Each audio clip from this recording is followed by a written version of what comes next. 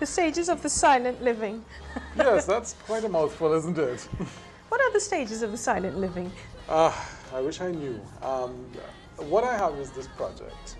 I have been photographing flowers, and I wasn't really interested in photographing what everybody photographs, which is flowers in the prime of their life and so on. It really all started with a dead rat. Oh. Yes, it started with a dead Thank rat. God you didn't bring it on set. Well, no, but I have it available if you're interested. No, thank you. It fell out of my roof of my studio when I was changing it out and so on. I looked at it and I thought, all right, this is interesting. It had a nice, intriguing photographic aroma. Quality to it. No, it was a skeleton by then. Oh my goodness. Yes. So it was very interesting. And I thought, where am I going to go with this? I photographed this, I make an interesting picture of it. Where are we going from there? And then I reflected on some pictures that I had taken a long time ago of a dead rose. And roses become quite interesting as they perish, as it were. So I began just experimenting with the one flower I have in my yard. I clipped it and just watched it die.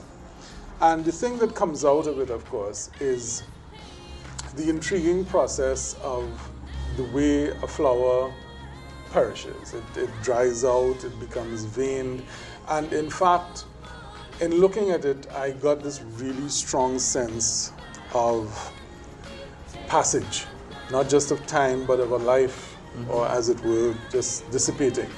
And in that, I found some powerful metaphors for the way we age.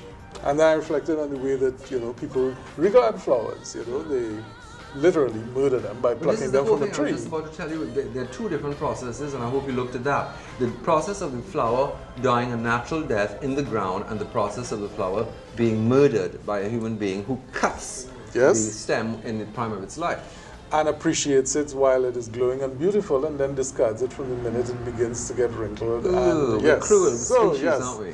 Yes, so there were all those things happening there. And then, of course, there's the interesting part that flowers are essentially the reproductive organs of plants. So there's that whole rich, palpable quality to it that coalesced.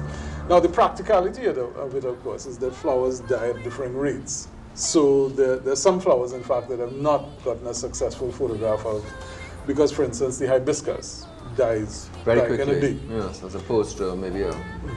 So, but others will take weeks. So that process is ongoing. But the reason why I'm here to talk about it is because the project has been kind of outed. Two of the pieces were accepted into the Art Society's November exhibition, so they're on public display. I'm glad the way you put it. I've heard that there are two remarkable pictures that have been We're going to get accepted those by up. the Trinidad and Tobago Art Society because of their magnificence. You heard this from whom? I'm not going to tell you that either. All right. Well, I was hoping you might have made time to go have a look at the exhibition. I'm going to as it's well. well worth catching. I'm going to as well. It's open until the 9th. It's going on until the 4th of December, Right. which is, I think, the end of this week. No, No. next Next it goes week? into next It week. goes Well, into it's next week, yes. Yes. And that's at the Jamaica Boulevard headquarters. Right which next to the is, Prime Minister's I like to think of it as temporary right next to house. Flying Fish Swimming Pool, which which is either side. kind of the landmark in that area. It's just before it, yes. Yes, I don't think the Prime Minister's So you could go have a security swim and forces then would go like and to give let all him your in. complaints to the PM. And the 4th is next week, Tuesday. Yes. All right, we're going to see some of your work come up on the screen in a minute. So you set about this project. How difficult is that, though, to capture these different stages of a flower? You said it's not possible death. with the hibiscus That's the because it word. dies Let's in not be scared. a day. Well, the thing about it is that what I do is I just clip them to a fixed position in the studio and just wait. The thing about it is that it is a very different process to another project that I've been doing, which is a project called Local Lives, which is very much something that's ongoing and instantaneous and contemporaneous.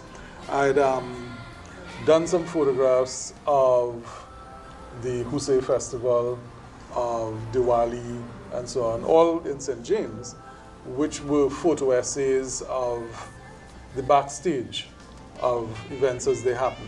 So this was really a change of pace, a more measured, careful kind of process, where because they're still lifes, everything is planned. You start with a blank canvas and you bring things in, and work with the lighting and so on until you get it to where you want it to go. So I put together a little clip because I understand it's nice to have art when you appear on television. Definitely, and moving pictures, always. Yeah. So the first two that are on show... This is it here? Yes, those are them. What kind of flower is this? That yellow one, I understand, is a chalice vine. But it's beautiful. And it's dying, is it? Well, it doesn't look anything like that when it's brand new and flush with life and so on. Wow. It's actually a very big blossoming kind of flower. Right, I can see why you were fascinated. Okay, so what's the next one? That should be moving on from there, yes. That's the other piece that's in the show. Actually, I'm still to find out what that is. This grows in my mother's garden. Wow. And because it looks so different from anything that's actually on the tree, she couldn't identify it straight away. So I have to go back and say, okay, it's that one, and then she'll let me know which one that is. Well, the actual botanical name, I've seen that very many times in bouquets of flowers and arrangements and stuff, and it's quite indigenous to Trinidad and Tobago, I think. Yes. In fact, what I've been focusing on is flowers that we know, flowers that are in our backyards and so on. This actually grows right outside my house. That's a jasmine. Oh. Okay. Does the jasmine has a beautiful scent when it's yes. Yeah. It's alive. It's a powerful jasmine. scent. Well. So this is almost, well, it is gone. Yes, and actually there are really three stages. There one a bud that's sort of drying out and so on. One is a full flower, and the other is a full flower. It turns brown as it goes along. This is the thumbergia. Again, it's also a very big radiant flower and so on. And as it ages, it folds up. It becomes crinkled, and many of them are actually almost unrecognizable when you look at them in that stage. But then most people don't see them like this because they're usually on the ground or in a dustbin. This is why it's so important that we view this exhibition and maybe allow the general public to see more of the pictures, because you said only 2 have been accepted by Only 2 have been accepted. I'm still in progress with it. And when it's done, it will find its own place for display and so on, and that's something to consider as well. Yeah. But, you know, I've had an association with the Art Society in the past. I used to serve on the board in the days of Carlisle Chang, which I have to tell you was quite the adventure. And so there's a soft spot there for that and so on. And it was a pleasant experience to be accepted back into the fold, to at least show a couple of pieces of work then. Flowers are just as beautiful, well, are beautiful in death, and more beautiful in death than human beings, I'm afraid. Yep. I wanted to ask you about some of your other projects, because this one is a work in progress, but you've also been working on a series of looking at local lives. Yes. Local Lives is a 7-part series that, 7 parts so far. It was published in the Sunday Guardian. It's archived on my website. And let me give you a sense of the range of it. The very first one was a look backstage at a beauty competition. It was a competition that was staged over 2 days. So I basically spent, out of that 18 hours, I must have spent about 12. Just photographing that process. The next one was actually one that was inspired by a piece that you all had done here at Gael, when there was a lot of conversation around what was happening down at the Beetham Estates and the Labas.